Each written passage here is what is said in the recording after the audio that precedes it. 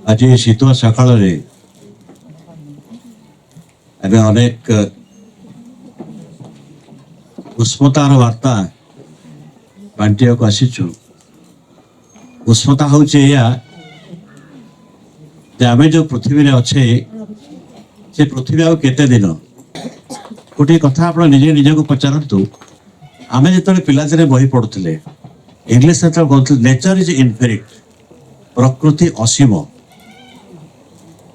प्रकृति अमाप, माने यार किसी सीमा ना। यही प्रकृति रे यही माटी तले जहाँ सब अच्छी से केबे सरीबनी। मोर सदा मन पड़े से पिलार कथा कि केते परिवर्तन होईची ए जुगरे, एक जुगान्तकारी परिवर्तन। वर्तमान आमे जानुछे जे एतिकी मसीहा रे ए तळे आमर जो कोयला अछि सरीबो, एतिकी मसीहा रे जो तेल बाहर से सरीबो, एतिकी मसीहा रे जहाँ जहाँ आमे ऊर्जा पाउचे से सब सरी पानी सरी। जेते प्रकार आम शक्ति अच्छे, जेते रिसोर्सेस अच्छी, जेते उत्स को नहीं कि जेते संबल को नहीं कि मनुष्य जीवन धारण करुच्ची, ये सब सरी। जल बिना तो जीवन नहीं, ये जल भी सरी। तेणु देखु आम ये जीवन दशारे आम देखिले जे जहाँ असंभव बोली भावुला आम स्वप्न भी नथिला, बर्तमान निकट दशंधि संभव होगा जाऊँ। आपण जो देखिए वर्तमान भी भारत वर्ष अनेक सहर कण गाँव में पानी टोपे मिलूनी पीवाई, पानी टोपे ना। 10 किलोमीटर 15 किलोमीटर जाऊँ गोटे गोटे गरा गोटे गोटे बाल्टी पानी पाई। ये आम भावुचे हमर आस्था तो या हो आमर कौ चिंता अच्छे घर तो हूँ आमर कौन पड़े क्षेत्र। तेणु ये गोटे काल राक्षस भली बाड़ी बाड़ी आसूची, केतेबेले आमको ग्रास करिवो आमे जानिनी। ये है प्रकृतिर सीमित और असीमित कथा। जो ईश्वर सृष्टि कर जो सागर समुद्र, जो कईछ, जो माछ, जो डॉल्फिन, जो गछ वृक्ष जहाँ भी सृष्टि कर एवं तापर सृष्टि कले मणि सब सृष्टि कर सारा परे ये सब धर्मग्रंथ विषय लिखाई सब किसी सृष्टि करिया परे जो ग्लास रे धरिथिले एटा ग्लास मो कहूँ कारण लिखाई ग्लास भलिया ईश्वर कौन कले सब तैयारी कले एवं 7 दिन लगिला तैयारी करने मनीष को ढाली देले से जहाँ बाकी थिला सी है सर्वांग सुंदर मनीषटी। तेणु सब प्रकार ध्यान ज्ञान चैतन्य देके मनीष को तैयारी कले जे ये मनीष ही मोर सृष्टि को रक्षा कर एवं से मनीष ही वर्तमान ध्वंसकारी साजी। आप देखुए कथा कथा के मु आटम बम मारी उड़े देवी, तो मु हाइड्रोजन बम मारी के उड़े देवी। तमे किए से तमे किए से कोठा आसिल सृष्टि करिछ जहाँ सृष्टि जार सृष्टि करिवार अधिकार नहीं, जार सृष्टि कर क्षमता नहीं, से ध्वंस करिवार क्षमता दक्षता बिल्कुल नहीं, तार अधिकार नहीं। किए बुझाला से क्षमता तो आमको क्षमता देइचंती, अधिकार देइचंती ईश्वर रक्षा करिया पाई, ध्वंस करिया पाई। जैव जो आम उपकूलीय जैव विविधता कथा कहूचे, विविधता माने विभिन्न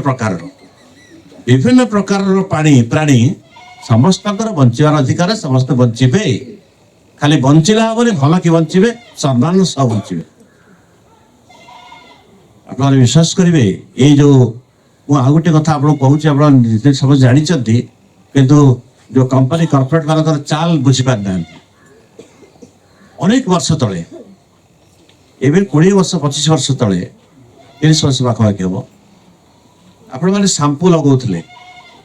मुंडे शांपू लगाते गाँ गहली कौन लगौले से क्या कई जिते लगौले से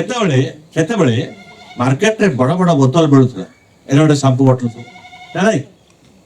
गोटे गरीब लोकटे गाँव सी कौन 200 टका 300 टका किन देखो स्टडी कराला। बर्तमान गाँ गाँ को जी आप जेकोसी अर्डिनारी दुकान टे कहीं ମାଳ ମାଳ ହେଇକି ଓହଳିଥିବ ସବୁ ଜିନିଷ ଏଠିକି ଏଣିକି ଏଣିକି ସବୁ ପ୍ୟାକେଟ୍ ହେଇଥିବ ବୁଝିପାରୁଛନ୍ତି ତ ଖଇରେ କୁହନ୍ତୁ ସେ ମୁଖରୁଚ କୁହନ୍ତୁ ଯାହା କୁହନ୍ତୁ ସବୁ ଛୋଟ ଛୋଟ ଛୋଟ ଛୋଟ ପ୍ୟାକେଟ୍ରେ ହେଇଗଲା କୋଟି କୋଟି ଲୋକ ଆକୁ ଖାଉଛନ୍ତି କୋଟି କୋଟି ଲୋକ ଆକୁ ବ୍ୟବହାର କରୁଛନ୍ତି ବ୍ୟବହାର କରି କ'ଣ କରୁଛନ୍ତି ପିଇ ଦେଉଛନ୍ତି ମାଇକ୍ରୋପ୍ଲାଷ୍ଟିକ୍ସ ବ୍ୟବହାର କଲେ ପକେଇଦେଲେ ବ୍ୟବହାର କଲେ ପକେଇଦେଲେ ଏଇ ବର୍ଷ ତଥ୍ୟ ଆପଣ ଜାଣିଲେ ଆପଣ ଆଶ୍ଚର୍ଯ୍ୟ ହେବେ ପୃଥିବୀରେ 1.9 ମେଟ୍ରିକ ବିଲିୟନ এইভাবে প্লাস্টিক সমুদ্র উদ্ধার କରାଯାଇଛି ଏବଂ ଯୋଉ ଜିନିଷ ଲୋକଙ୍କ ଅଜାଣତରେ ଲୋକ ଭାବିଲେ ହେ ଆମ ଗାଁରେ ମିଳୁଛି ଏଟା ଖୁସିର କଥା କିନ୍ତୁ ଗୋଟେ ଚାଲ କରିକି ଏଟା କରାହେଇଛି ଯେ ପ୍ରତ୍ୟେକ ଲୋକ ଆକୁ ବ୍ୟବହାର କରନ୍ତୁ ତାହେଲେ ପୃଥିବୀ ଧ୍ୱଂସ ହଉ ମଣିଷ ଧ୍ୱଂସ ହଉ এটা হচ্ছে ଗୋଟେ ଷ୍ଟ୍ରାଟେଜି ଗୋଟେ ଚାଲ ଯେ ପୃଥିବୀ ଯାଉ ପଛେ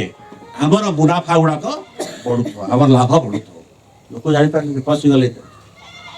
ବର୍ତ୍ତମାନ ଦେଖନ୍ତୁ ଯେତେ ସମୁଦ୍ର ଜୀବଜନ୍ତୁ ଅଛନ୍ତି ସେ ଖାଉଛନ୍ତି ଜାଣି ପଡି ଖାଉଛନ୍ତି ତ ଏ ବର୍ଷର ବୈଜ୍ଞାନିକ ମାନେ ବାହାର କରିଛନ୍ତି ଓଡ଼ିଆରେ ମୋତେ କେତେ ହିସାବ କରିବାକୁ କହିବେ 1.9 ମେଟ୍ରିକ ବିଲିୟନ ଟନ୍ସ ବାହାରିଛି ପ୍ଲାଷ୍ଟିକ ଏ ମାଇକ୍ରୋପ୍ଲାଷ୍ଟିକ୍ସ ତାକୁ କିଏ ଖାଉଛି ଡଲଫିନ ଖାଉଛି ମାଛ ଖାଉଛି ମାଛ ଖାଉଛି କିଏ କୁଆଡ଼େ ଯିବେ ସେ ମରିବା ସୁନିଶ୍ଚିତ ଆମେ ସମୁଦ୍ର ଭିତର କଥା ଏବଂ ବାହାର କଥା ଇଏ ଉଭୟକୁ ସୁରକ୍ଷା ଦେବା ଉଭୟକୁ ସୁରକ୍ଷା ନହେଲେ ଏ ପୃଥିବୀ ନିଶ୍ଚିନ୍ତ ହେଇଯିବ ବେଶୀ ଦିନ ଲାଗିବ ନାହିଁ ଆପଣମାନଙ୍କର ଭବିଷ୍ୟତ ବିଶେଷ କରି ଯୁବ ସମାଜ ଯେପର୍ଯ୍ୟନ୍ତ ସଚେତନ ନ ହୋଇଛନ୍ତି ଏ ପୃଥିବୀ ରହିବ ନାହିଁ ଯିବାଟା ମାନେ ଶେଷ ହବାଟା ସୁନିଶ୍ଚିତ ଶେଷ ତ ଦିନ ଦିନ ହବ କିନ୍ତୁ ଏତେ ଶୀଘ୍ର ହବ କଳ୍ପନା ଆମେ କରିପାରିବୁ କାରଣ ଆମ ଜୀବନ ଭିତରେ କାଳରେ ଦେଖିଲୁ ଆମେ କିଭଳି ପରିବର୍ତ୍ତନ ହେଇଥାଏ ଯୋଉଟାକୁ ଆମେ କଳ୍ପନା କରିନଥିଲୁ ଆମେ ସେଥିରେ ଭାବୁଛୁ ଅସମ୍ଭବ ଆପଣ ପ୍ରଥମ ଗୋଟେ କଥା କହିଥିଲି ଯେ ପ୍ରକୃତି ଅସୀମ ଅମାପ ବର୍ତ୍ତମାନ ମାପି ହେଇଗଲା ସୀମା ଜାଣିଗଲା ଏବେ କ'ଣ